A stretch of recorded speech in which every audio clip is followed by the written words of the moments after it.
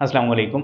Welcome to another biology lecture. और आज की इस वीडियो के अंदर हम एनिमल लाइक प्रोटिस्ट में एक स्पेसिफिक ग्रुप है जिन्हें एमीबोजोआ और सार्कोडीना कहा जाता है, उसे डिस्कस करेंगे। प्रीवियस वीडियो के अंदर हमने फ्लैजिलेट्स को डिस्कस किया था और ये जितनी भी ग्रुपिंग है एनिमल लाइक प्रोटिस्ट में, ये on the basis of locomotory organ की गई है। यानी एनिमल लाइक प्रोटिस्ट में जो डिफरेंट ऑर्गेनिज्म हैं वो किस तरीके से मूव करते हैं उसके लिहाज से इन्हें ग्रुपिंग में डाला गया है। वो ग्रुपिंग किस बेस पे है? लोकोमोटरी ऑर्गन की बेस पे है। सबसे पहले देखते हैं एनिमल लाइक प्रोटिस्ट क्या है। ये ऐसे प्रोटिस्ट हैं, प्रोटिस्ट सेपरेट किंगडम है लिविंग ऑर्गेनिज्म का, जो एनिमल के जैसे हैं but they are not animal. Animal के जैसे कैसे हैं कि ये हेटेरोट्रॉफ्स हैं, ये मूव कर सकते हैं, बट एनिमल नहीं क्यों हैं? क्योंकि इनमें टिश्यू सिस्टम नहीं होता है, ट्रू टिश्यू नहीं होते। इन्हें प्रोटोजोआ भी कहा जाता है। ओके, एम्यूबोजोआ की तरफ चलते हैं।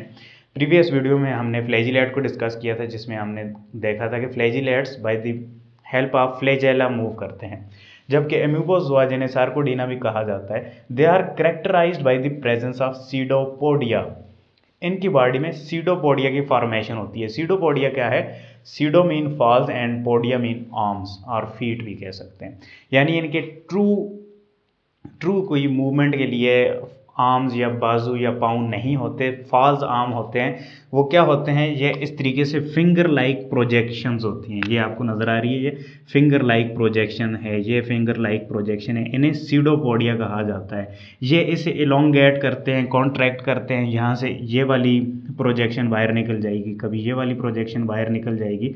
तो इस तरीके से ये क्रॉल करते हुए इन प्रोजेक्शन की वजह से मूव करते हैं, इसलिए इन्हें एमीबोजोआ कहा जाता है। सो एमीबोजोआ में जितने भी ऑर्गेनिजम्स आएंगे उनमें सीडोपोडिया की फॉर्मेशन होगी। वो मूव किसकी वजह से करेंगे? By the formation of pseudopodia. Okay, general characteristics की तरफ चलते हैं। सबसे पहले हैबिटेट को देखते हैं कि इनकी प्लेस ऑफ लिविंग क्या है, ये कहाँ पर पाए जाते हैं।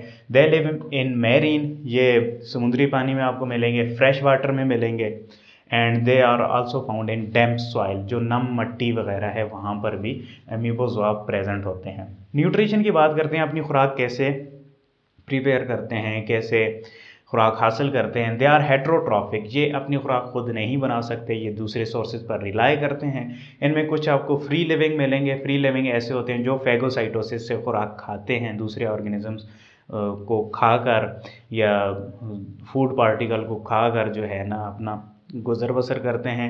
एंड कुछ इसमें आपको पैरासाइट भी मिलेंगे जो डिपेंड करते हैं दूसरे ऑर्गेनिज्म की बनी बनाई खुराक पर, उसे खाकर अपना गुजारा करते हैं। बॉडी क्या है, यानी इनकी स्ट्रक्चर कैसी होती है? They are soft shapeless masses of cytoplasm.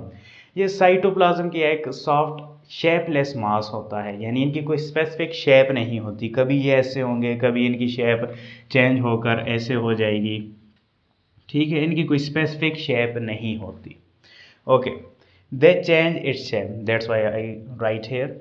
Locomotory organ, यानी किस ऑर्गन की वजह से ये मूव करते हैं? Movement and feeding is done with pseudopodia. जैसे हमने बात की, सीडोपोडिया जो इनका लोकोमोटरी ऑर्गन है वो क्या है? सीडोपोडिया, जो कि फिंगर लाइक प्रोजेक्शन होती है, इसकी वजह से ये मूव करते हैं। ये सपोज ये एक स्ट्रक्चर है, तो ये यहाँ से इस तरीके से शेप चेंज करते हैं, ठीक है, और ये इस तरीके से साथ साथ मूव करते हैं। इसके अलावा सीडोपोडिया इन्हें फीडिंग में भी हेल्पफुल होता है।